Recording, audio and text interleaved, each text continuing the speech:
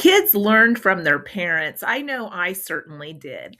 I watched my parents save money and not buy a lot of things during the year unless we absolutely needed them. They were raised during the Depression era, and those foundations held strong throughout their lives. And it's the reason on a low income that they were able to save money and be able to go on family vacations in a home built camper and things like that, because they spent it on things that were important to them and things that they needed. And that's the true definition of being frugal. So even though my parents never talked about money in front of me, I observed my dad only getting socks and underwear on the holidays. I observed him wearing the same overalls day after day. I observed my mom cooking and making sure that everything from the garden got canned or used up. And those things held strong in my foundation growing up. My kids are the same way. They watched me try to save money in different ways. They watched me cook from home. They watched me hang clothes on the line. And even though those things were part of our daily lives, once they grew up on their own, they realized that some of these things were not things everybody did. They were things that mom did and grandpa did, but not necessarily everybody. My dad was a strong influence in my kids growing up. He was around daily, getting to see them, and they all loved seeing him pull in the driveway. So today I'm going to share with you a little bit about my kids. I usually keep my kids very, very private, and this still will have privacy to it, but I want to share with you some of the things they do, some of the things they say, and the reasons that I know that they are frugal because I observe them just like I did with my parents. So I hope you find this interesting and helpful, and I hope you enjoy this video. Hi everyone, I'm Bonita from rural Kansas, and I am early retired. I retired early at almost 58 years old in October of 2023. I am now 60 years old. I am riding it out until Social Security kicks in, and I love frugal living. I share tips and tricks on this channel, and it has afforded me the opportunity and choices to have the freedom that I wanted at an earlier age. I hope you enjoy this video. I had 6 children, 3 boys and 3 girls, and I put them all through 4 years of college. Many of them have college beyond the 4 years, but they were responsible for paying for that themselves. I encouraged them to save money all the time when they were growing up.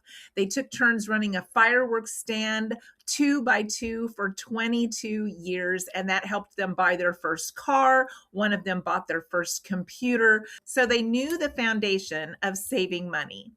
So as they grew up, they watched me do frugal things. In fact, my youngest daughter in her 30s says that she was raised in the Depression era.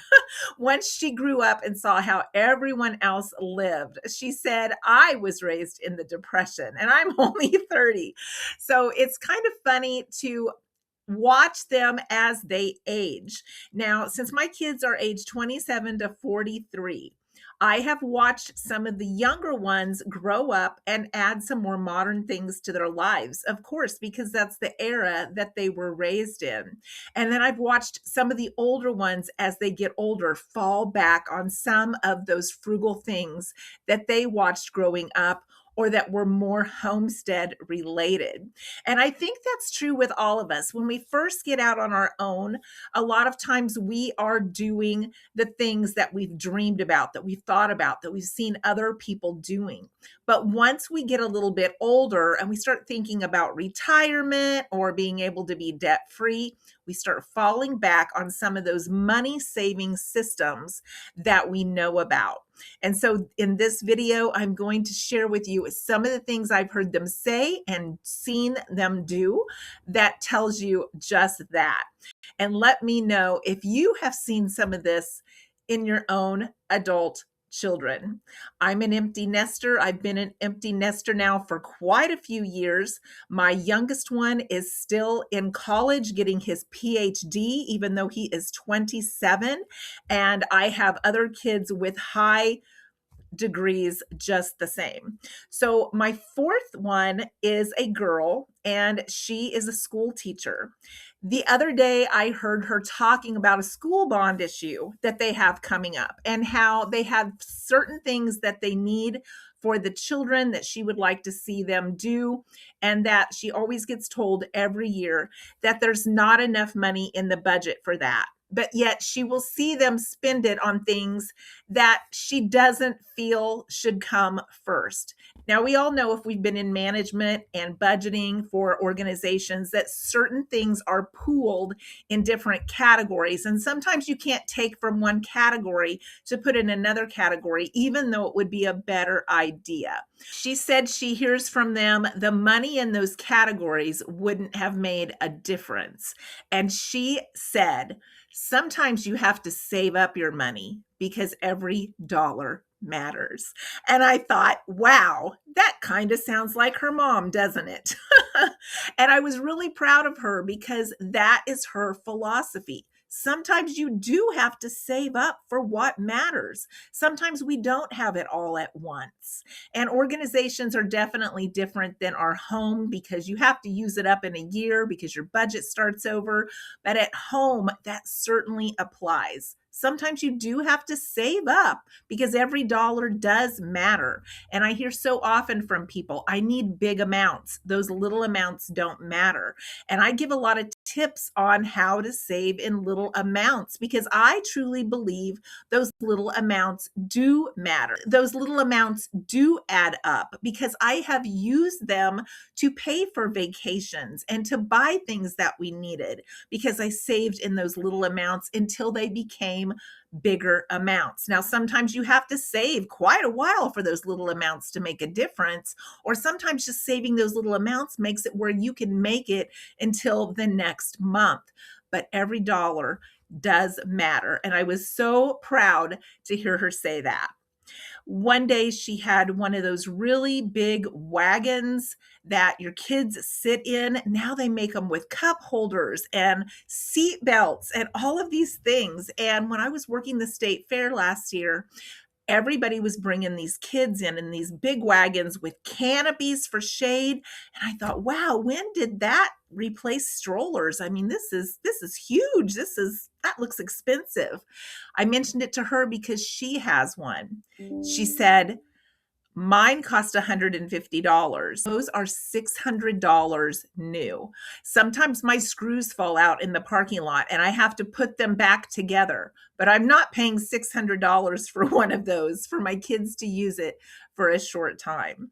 So those are some things that I've heard her say and do just in passing, just in small conversation that tells you how frugal she really is and where her mind is at when it comes to spending money.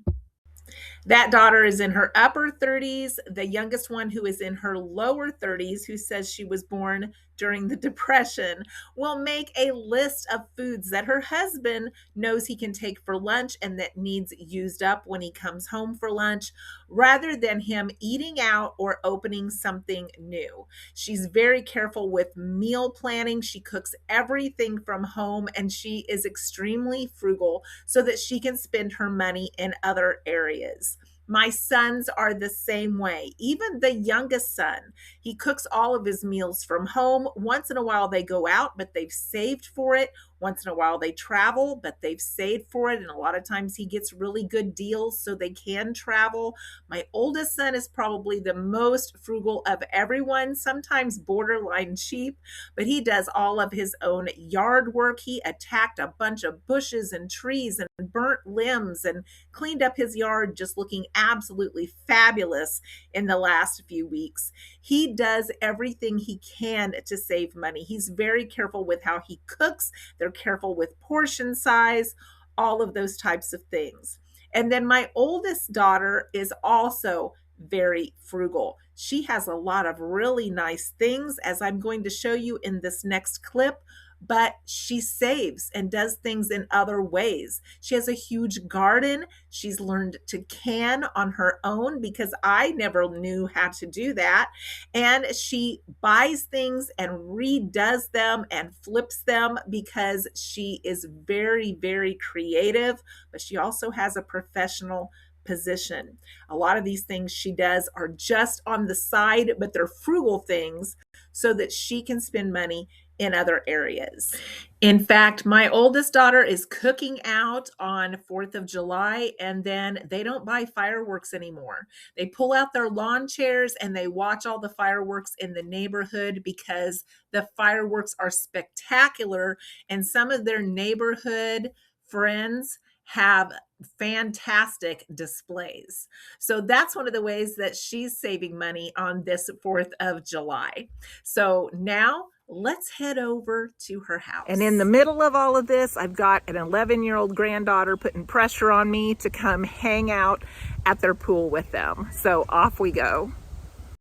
The first thing on the agenda is my daughter and granddaughter were making grape jelly. My daughter planted some grapes a few years back. They are just loaded, and she wants to make sure she gets use out of them. She's been trying her hand with canning over these last few years, and I got to watch her make grape jelly. And when she got done with this, it tasted exactly like my green apple pie filling. It was so delicious, and it was a really fun afternoon. Then we headed out to her pool behind her house. She has a rail and some really shallow steps that make it really easy for me to be able to sit in the water and enjoy the pool and watch the grandkids play. And then my middle son is also extremely frugal, but they go on trips. They spend money on things that are important to them. He does all of the cooking at home from scratch, has his own sourdough starter, which I've shared that with you before, and he is very frugal as well. So I can see where this has paid off in raising my children. You always want your kids to have a strong foundation when they grow up so that they can take care of themselves, so that they can afford to pay their own bills, so that you can go on with your retirement and not feel like you are constantly having to help them. And that's one of the things that this has really paid off for me.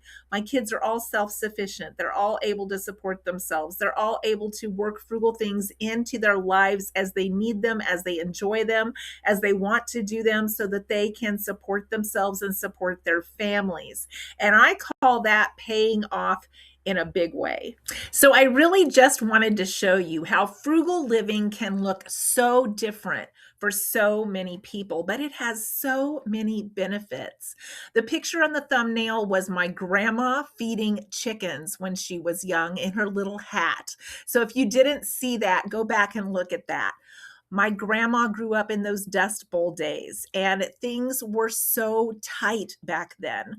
She was Czechoslovakian. She was raised here in Kansas. Her dad didn't speak English.